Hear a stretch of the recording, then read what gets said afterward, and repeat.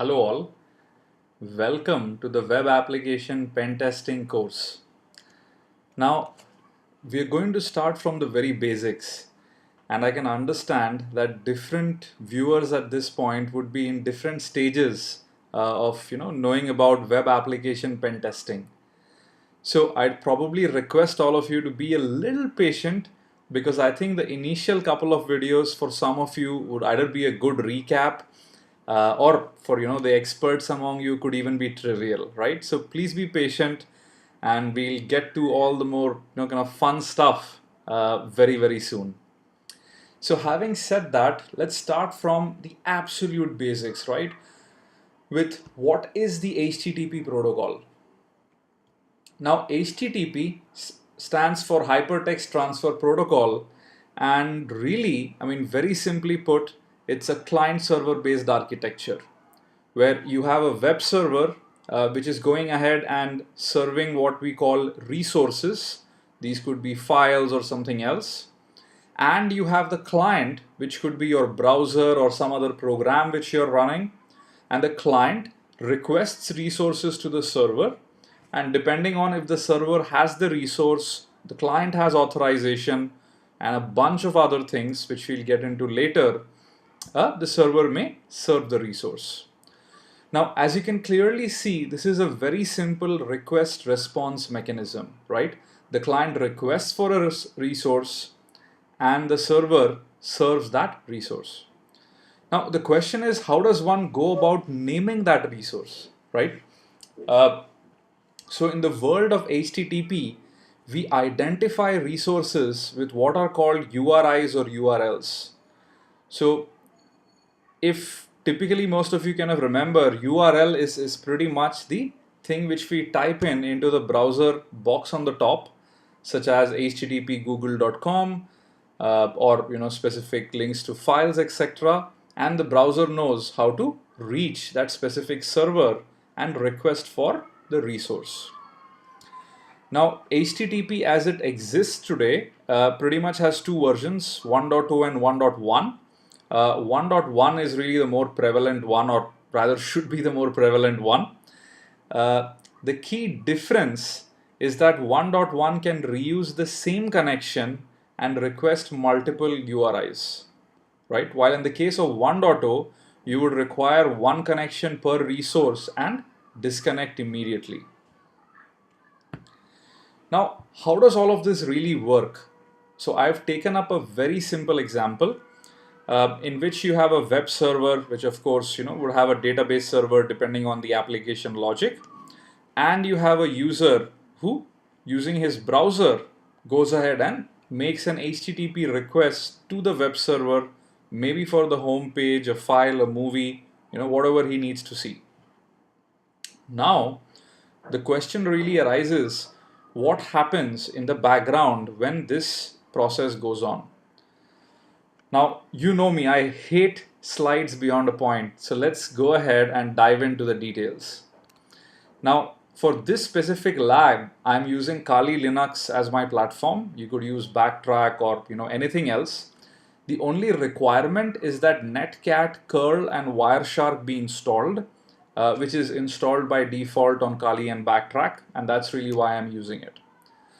If any of you guys would like a primer on Kali, Backtrack, or how to install it inside VirtualBox or Bare Metal, use the feedback link which is there as soon as you log in into Pentester Academy, and I'll probably make a video as well, right? So no question is too trivial, and sure, you let me know if you want a video on that. Okay, so we said HTTP requests is pretty much what drives the internet and the file fetching and all of that, right? So now let's look at how an HTTP request looks like at a very low level. So for that, we are going to go ahead and start Wireshark, which is a network sniffer. For students who've never used Wireshark, it basically allows you to analyze network traffic at a per packet level, right? So let's click on Wireshark. And I'm sorry I removed the whole cool black screen. Unfortunately, I want it to be easily readable by you guys. So I'm sorry about that. I hope I haven't offended at least many of you. So in Wireshark, let's go ahead, select the interface. I'm selecting ETH0, and my Kali is running on VirtualBox with NAT enabled by default. You could probably have it in bridged mode as well if you like. I'm going with NAT at this point. So let me go ahead, start the sniffing. And right now, as one can imagine, there is pretty much no traffic. So I'm going to go in here and let me go ahead and basically try and fetch the home page of securitytube.net. So one of the easier ways to do that is to use a program called curl, exceptionally useful and been around for ages. I'll use the verbose mode so I can pretty much see what is happening. And I'm going to type in securitytube.net, hit an enter. If you notice, I get a huge output in here. Let me scroll all the way up.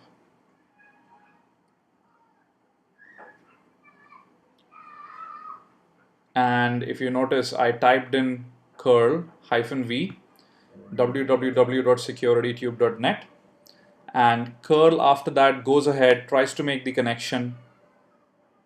And what does it send as soon as it succeeds in connecting to port 80, which is the default port for HTTP service? It sends this specific string here, right? Get/HTTP 1.1 user agent blah blah blah host securitytube.net except so on and so forth, right? Now to look at this in a structured way, what you would see next is we pretty much get a response from the server saying HTTP 1.1 200 OK. This is what we called HTTP response code. 200 is an example. 200 OK pretty much means what you requested for is available and here it is for you, right? And then after that, we have the whole HTML file which is being sent to us, which is present at the home page. Now let's shift back to Wireshark and really see what happened. Now the first thing we actually see is a set of ARP requests and responses, and this would happen depending on how your gateways etc. are configured. The next thing is DNS, of course, right? We go ahead and send a DNS query for www.securitytube.net. We get a response, and that's how we figure out the IP address. Now HTTP, even though it supports both TCP as well as UDP, pretty much I think 99.9 recurring websites only support or pretty much only use HTTP over TCP, right? There are cases where HTTP can be used with UDP as well, such as in the case of SSDP and all of that, but pretty much we won't bother about it because we are using whatever we are learning right now from a web application perspective, right? And in which case typically HTTP uses TCP in the underlying protocol. Now, if you notice, what is happening is the TCP, SYN, SYNAC, ACK, or the three-way handshake, as you can see, is going through. These are the first three packets. And after that, we see a packet which pretty much tells us that this is an HTTP GET request. Now, in the next video, I will get into what GET, POST, HEAD, and all of these things mean. But in a very simple explanation, for the time being, all of these are what are called request methods, right? So GET is the most common request method which is used, and this is really what we have initiated using curl. Now let me quickly look at the actual frame for the GET request. Now the first part, of course, is basically a small header which is prepended by Wireshark, which talks about when this frame was caught over the air, the size captured and stuff like that. The second is the Ethernet frame. Third part is the IP header. The fourth is the TCP header. And finally, above that, at the application layer, is the HTTP header. Let's go ahead and see what's there inside. And this pretty much mirrors what we saw here in our output. If you recall just moments back. So this is what we had seen. Get slash HTTP 1.1 blah blah blah, and this is really what is going here as well, get slash, and this is nothing but pretty much gets the root document, or in most cases what we really call the home page.